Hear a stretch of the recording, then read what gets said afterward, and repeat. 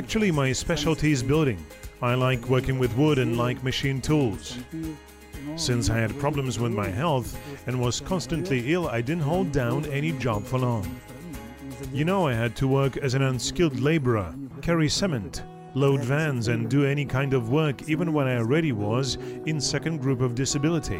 However, my disability always was inconspicuous. At the same time, I tried to do sports to keep in shape. You know, I wanted to challenge the stereotype of the disabled as some pitiful crippled people. By the time I was 30, I haven't been able to do any physical work. I realized that I either had to fail completely because I was unemployed, didn't get a pension and couldn't replace my documents. Well, in my opinion, it was like hell. I couldn't imagine a situation that would be worse. So I had nothing to lose.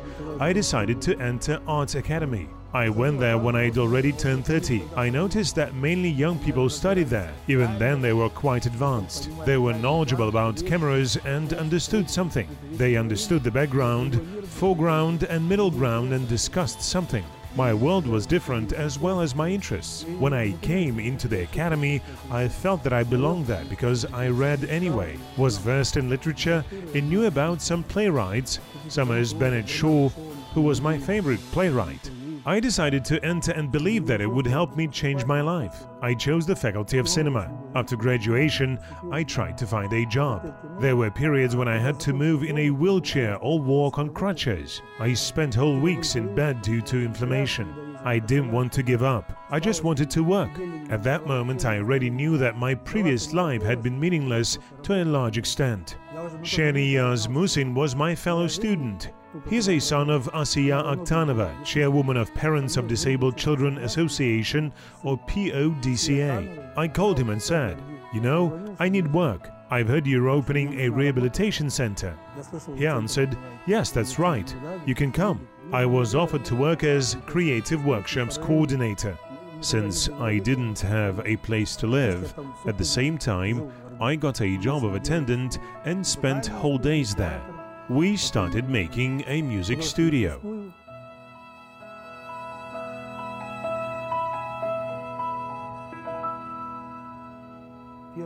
The first film I made together with him was Winter Butterflies. It's a 30-minute family film for children. We shot it in a simple way. We just borrowed a camera and lighting from PODCA. Muhammad, my co-author and friend, and I wrote the script and decided that we would be cameramen ourselves and do everything on our own. We had to demonstrate that no god but man makes pot and pan, and any person can make a film if they want to. When we made a film and showed it to children, they liked it. Later, an idea of opening a studio and teach courses came to us in PODCA. Our only demand was that applicants had a wish to do it. Later, a guy called Taki Romarov appeared in PODCA. He approached me in a wheelchair and, speaking with a bad stutter, said he wanted to be an actor. Afterwards, I told Mohammed that I'd met a guy who wanted to be an actor, although he had a bad starter and used a wheelchair. We started to think how his dream could be fulfilled because he asked me to help every day. Once he asked if he could recite Hamlet's soliloquy. "Okay, do it," I said. He started reciting To Be or Not to Be and did it with great feeling. I realized that he had grit, was talented, and his talent should be developed. During filming, we were like a family. Besides Takia, some other PODCA guys acted in the film, and for them, not the film itself, but a moment of acting in it was the real life. It was an inclusive life. They were in the environment, normal environment, where they could feel that they were human. They became responsible, and later they felt more comfortable in a shop or among other people. They improved their self-esteem.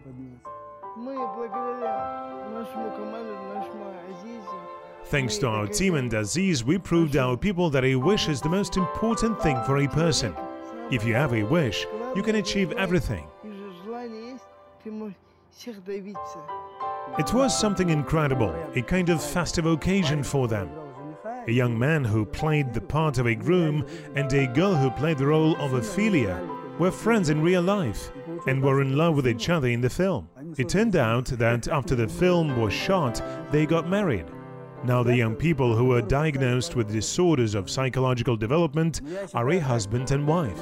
Although I don't know who gives such diagnoses and how they do it, I think there are some psychologically neglected people who weren't loved enough and weren't showed much affection. When you talk to them, you realize that they've left for their own world, where they live following their own rules, because universally shared rules are quite rough to them. When I started to associate with them, I realized that they are very interesting people. Their nature is not what you see on the surface, but what is hidden deep inside. And I notice it when I talk to them and they open their hearts. Their world is infinite. You know, when I left orphanage, I was an autistic person to a certain extent because I was afraid of the world and showed aggression. I've struggled with aggression, which was encouraged in orphanage all my life. Then I realized that in order to defeat both the evil and darkness, you need to give more light, because the more light, the less darkness.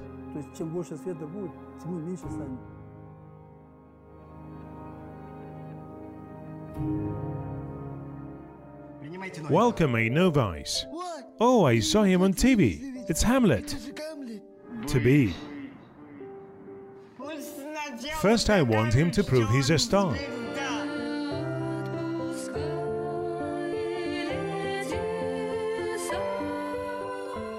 The majority of roles in our film were played by young people with special needs. They were main actors. I make films about myself with a guy's help because it's easier to convey something if you have experienced and gone through it yourself. It's great to work with Aziz, and I really enjoy it.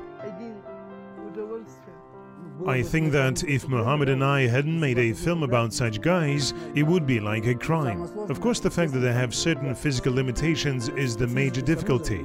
If they have speech disorders, it causes considerable difficulty during filming because you have to do more takes, rehearse more, and it takes a lot of time. I mentioned this problem when we were filming Gol and C at Kazakh Film, and they met our needs and allowed to spend more days filming. When you work with professional actors who are healthy, the work takes less time because they act quicker. I mean, they move quicker and even talk faster. We sat in a wheelchair ourselves, restricted our hand movements, and tried to do something in order to understand whether the actors would be able to act in accordance with our script.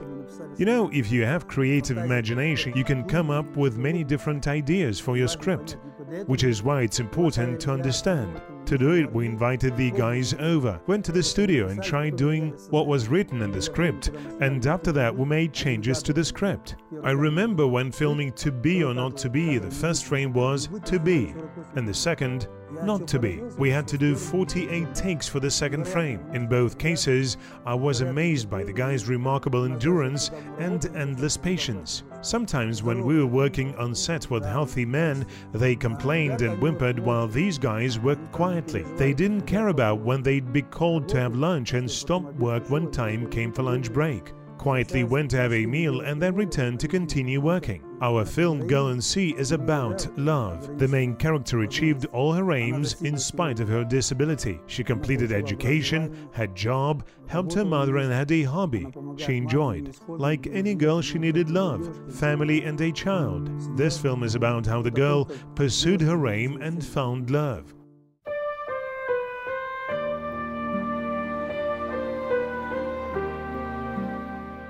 Actually, I realized that I needed love a long time ago. I've needed it since my birth. I felt the lack of it in orphanage. 30 people slept in a bedroom there, so it was like barracks. At night, I lay there among many others and realized I was deprived of something, wasn't given something, and felt cold because of it. I couldn't fall asleep and started to cry and wait. I think I was 11 and studied in the 5th form when a really swarthy girl was brought. She was curly, dirty and snotty. I was told she was my little sister. I looked at her and thought, God forbid, she's so ugly. Oh no! That sister reached out to me, but I ran away from her because she irritated me. If someone hurt her, she kept coming to me. Once it stopped and I didn't see her, so I asked about her. I was told she'd been taken to a hospital since she had health problems. At that moment, I realized I needed her. I decided to leave the orphanage stealthily and go to the hospital to visit my little sister.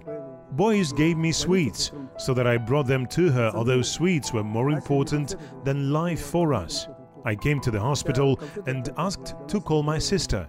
I was surprised when they called her without even asking who I was and why I wanted to see her. When my sister came, she looked frightened and totally puzzled because she couldn't imagine I would visit her. After all, I'd always yelled at her and scared her. I'd shouted all the time, "Go away! Why are you following me everywhere?"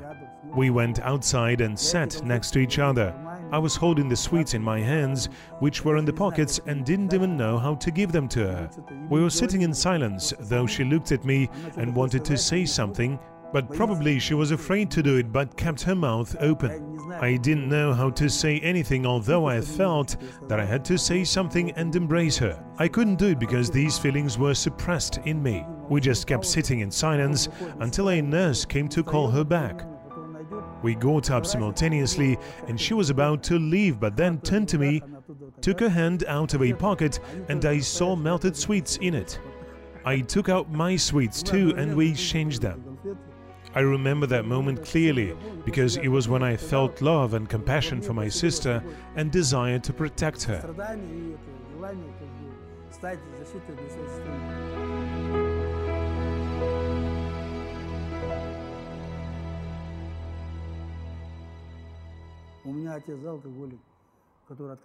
My father is an alcoholic who abandoned us.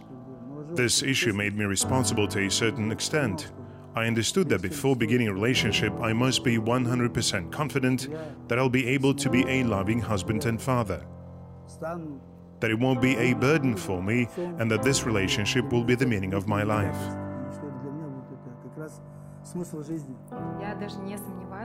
I don't doubt that he'll be a very good father because he loves children and knows how to bring them up.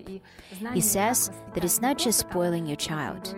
You should bring up a nice person, instill the best qualities in them, and teach spiritual values.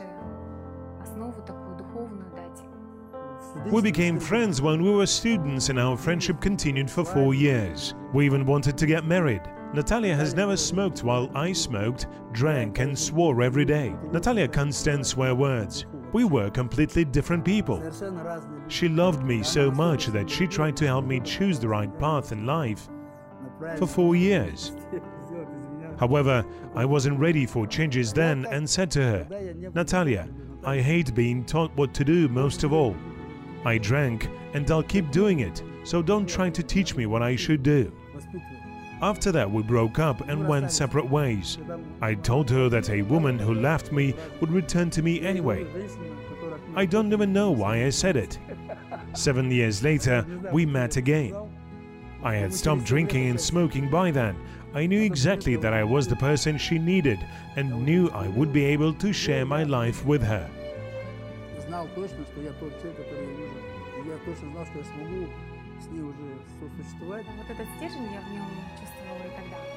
I always felt he had grit. He really changed, which made me happy because a change was for the better. 3 years ago, we officially got married and became a husband and wife.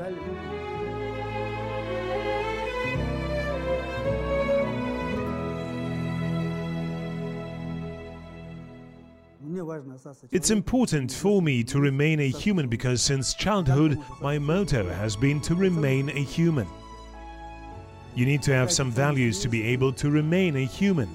As long as you have these values, your life on earth has meaning. All my life, I tried to find humanity inside of me. I keep doing it now because it's important for me to find this humanity and keep being human regardless of circumstances and what will happen to me tomorrow. I should remain a person of deep humanity and be able to love in any circumstances, regardless of whether I'll be rich or poor, healthy or ill. Сохранял свою человечность и сохранял способность любить.